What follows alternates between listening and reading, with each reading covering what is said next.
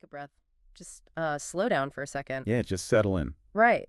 Because what if I told you that everything you are doing right now to improve yourself, the meditation routines, the intense self-discipline, the endless books you read to find peace, what if all of that is actually the exact thing keeping you from finding it? It is, it's a fundamentally disruptive premise. Yeah. I mean, we are so conditioned by modern culture to believe that anything valuable requires effort, Oh, absolutely. especially peace of mind, right? It's Yeah. always framed as this mountain we have to constantly climb. Right, like a daily grind. Well, we're looking at some excerpts today from an ancient text called the Ashtavakra Gita. And the core argument here is that you are actually already standing at the summit of that mountain. You're already there. Exactly. You're already there, but you are just too busy aggressively staring at your climbing boots to notice the view.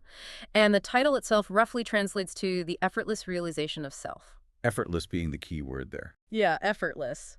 So our mission for this deep dive is to explore this really radical ancient wisdom and extract how you, listening right now, can actually experience this state today. And crucially, without adding a single new chore to your never-ending to-do list. Which I think everyone can appreciate. But to fully grasp the weight of this text, we need to briefly touch on the tradition it comes from. Right, the background. Right, so the Ashtavakra Gita is a cornerstone of a philosophical system called Advaita Vedanta. Advaita literally means not two, or non-duality. And the Gita simply means a song or a teaching. So it's a teaching about oneness. Exactly, the fundamental oneness of reality. But unlike, many other spiritual texts that offer gradual paths or rituals. Or like moral codes you have to follow. Yes, exactly. This text offers no path at all. It claims that any path implies a distance between where you are and where you want to be. And in the realm of true awareness, that distance is entirely an illusion. Which brings us to the messenger. Because to understand the sheer audacity of this idea, we have to look at the origin story of who actually delivered it. It's quite a story. It really is. So thousands of years ago, a young boy walks into a king's court. This boy's name is Ashtavakra, which translates to twisted in 8 places. Yeah. Because he was born with severe physical deformities, his body was bent and crippled. And you have to picture the gravity of the room he's entering. The king's court wasn't just a place of royalty. It was the ultimate intellectual arena of the era. Like the highest academic tier. Exactly. It was filled with the greatest scholars, philosophers, priests, masters of knowledge. These were the intellectual elites of the kingdom. Guys who debated high metaphysics for a living. Yes. They had memorized ancient scriptures and debated the nature of the soul constantly. So this young, physically deformed boy limps into this grand room full of supposedly enlightened scholars, and their reaction, they all start laughing at him. Which is just brutal. It's brutal. The smartest, most spiritually advanced people in the room literally point and laugh at his twisted body. But Ashtavakra doesn't shrink away. He doesn't cry. He laughs right back at them. Even louder. Yeah, even louder. And he tells the room, "I thought I came to a court of wise men, but all I see are people judging skin and bones." And the text notes that the entire room went completely dead silent. Well, the profound silence that followed wasn't just embarrassment. It was the shock of sudden realization. Right. Ashtavakara's laughter is the perfect introduction to his entire philosophy. Right. Because he wasn't laughing out of defensiveness. He laughed because he recognized their profound ignorance. Like, they completely missed the point. Entirely. These men had spent decades studying the nature of reality. They had all the esoteric vocabulary. Yet the moment a physical body entered the room that didn't meet their expectations. But they couldn't see past it. Right. They were entirely captivated by the surface geometry. Yeah. Completely identified with the physical form. It's like walking into a room full of Ivy League PhDs today, right? Yeah. The people who have dedicated 50 years to studying the deepest mysteries of human consciousness in state-of-the-art labs. Sure. And they start mocking you because you walked in wearing cheap sweatpants. By doing that, you instantly expose that none of them actually understand the subject they've dedicated their lives to. They have the degrees, but they lack the actual sight. Exactly. They are totally missing the point. Because the credentials mean nothing if your perception is still trapped in the material layer. Ashtavakra basically shattered their intellectual arrogance by pointing out a basic failure in their logic. They were mistaking the container for the contents. Wow. Okay, so the king is watching this entire exchange unfold, and he realizes this boy sees something the scholars don't. So he asks Ashtavakra for the truth. And Ashtavakra tells him something that goes against the grain of almost everything we are taught. He says, you are not the body. You are not the mind. You are pure awareness. Pure awareness. Okay, let's unpack that. Right, because this is the crux of the text, and it requires us to follow a very rigorous, almost scientific line of inquiry. If you are not your body, and you are not your mind, what is left? Good question. The text asks the reader to observe their own subjective experience. Right now, as you listen to our voices, you can observe your thoughts. You can literally watch a thought arise in your mind, hang around for a few seconds, and then disappear, replaced by another thought. Like realizing, oh, I need to pick up the dry cleaning, and then a moment later that thought is gone and you're back to listening to us talk. Precisely that mechanism. So the fundamental logical premise here is, the observer cannot be the thing being observed. A camera cannot take a photograph of its own lens. Oh, that's a great way to put it. If you possess the capacity to observe your sense, how can you be those thoughts? If you can see your emotions changing from joyful to frustrated, and you can see your body aging from childhood to adulthood, then who is the you that is doing the seeing? Right, because the thoughts change constantly. Exactly. Your body replaces its cells continuously. But the witness observing these phenomena has never changed. That silent witness has been the exact same continuous presence since your earliest childhood memory.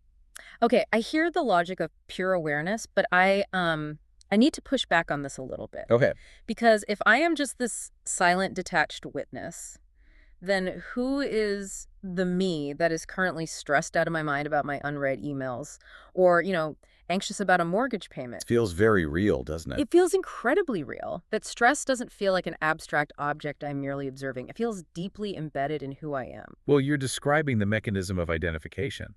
The text explains that psychological suffering occurs because we cognitively fuse our awareness with the objects of our awareness. We collapse the distance between the observer and the observed. Ah, okay. Let me see if I have this right. It's like sitting in a movie theater. Okay, I like that. You go to see a really intense thriller. You're sitting there in the seat, the music swells, the jump scare happens, and your heart is literally pounding in your chest. You're completely sucked in. Yes. Sucked into the plot, stressing over what the protagonist is going to do next. The thoughts, the emails, the mortgage, those are the movie playing on the screen. Right. We get so engrossed in the narrative that we forget we are just the person sitting comfortably in the dark watching the light hit the screen. Like the screen could be showing a terrifying war movie or a peaceful nature documentary, but the person sitting in the chair remains completely unchanged by the light. That is a perfect analogy. To build on that, the movie is the constant output of your mind. It endlessly produces narratives, dramas, fears, and desires.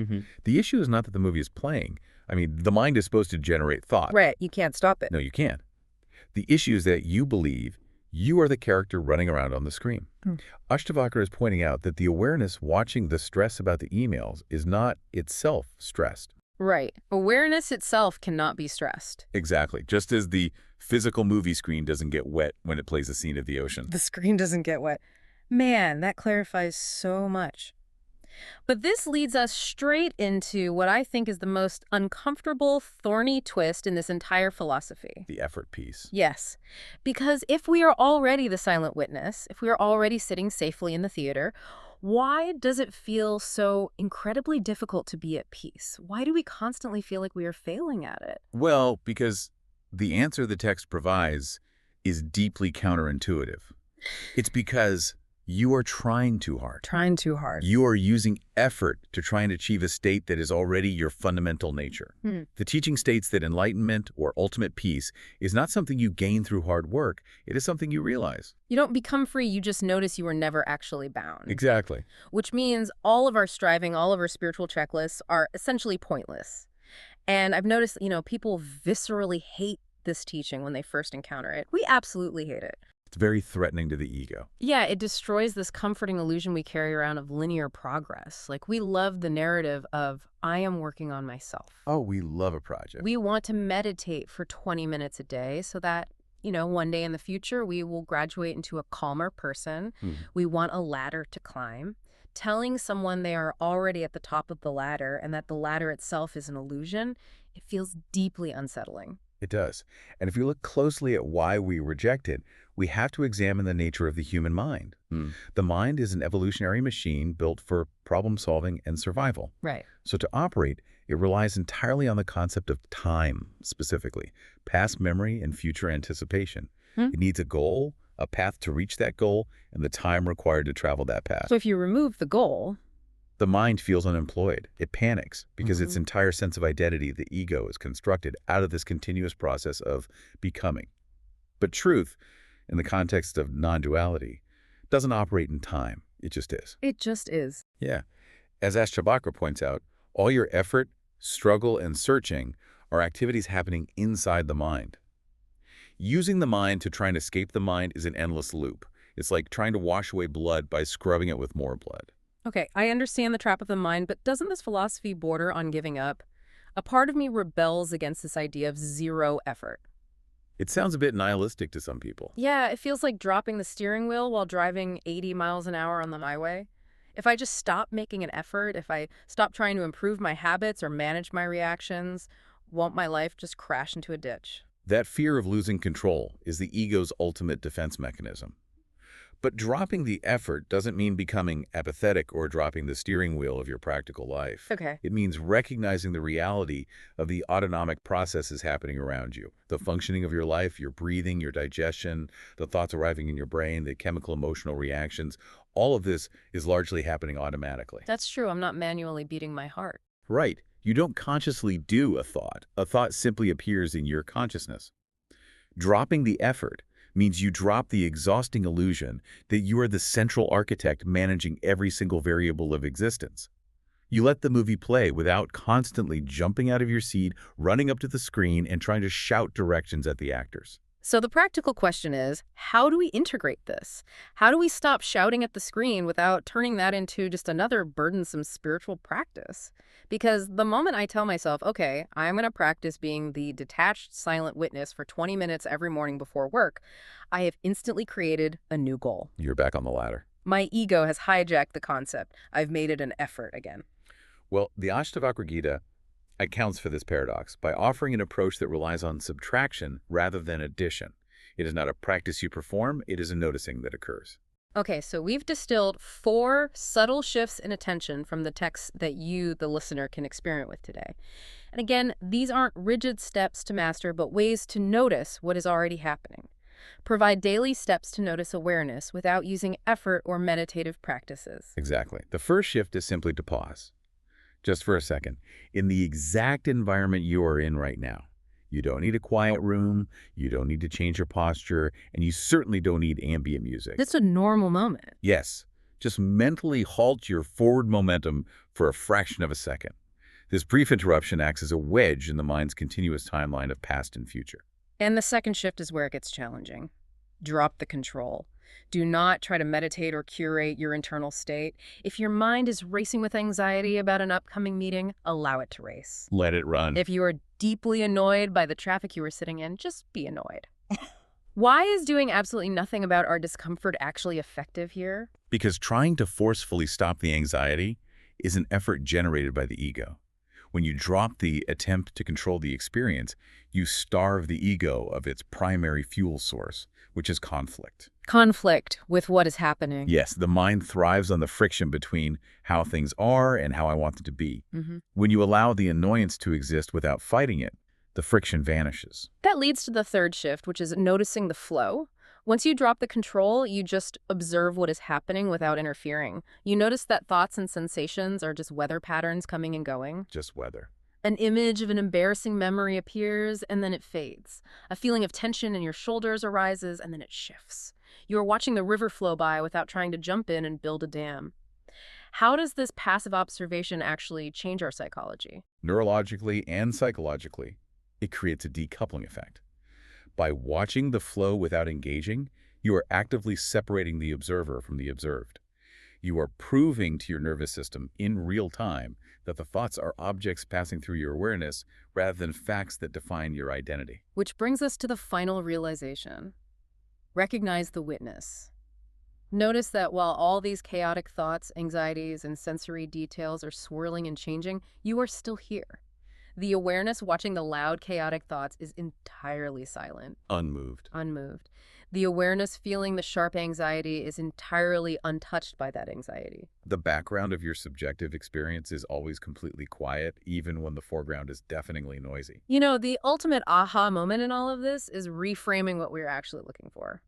We tend to assume that enlightenment or ultimate peace is this mystical, glowing state that lives on the top of a remote mountain reserved for monks who have meditated for 40 years. A very common misconception. But what Ashtavakra and the sages of Advaita Vedanta were pointing to wasn't mystical and it wasn't far away.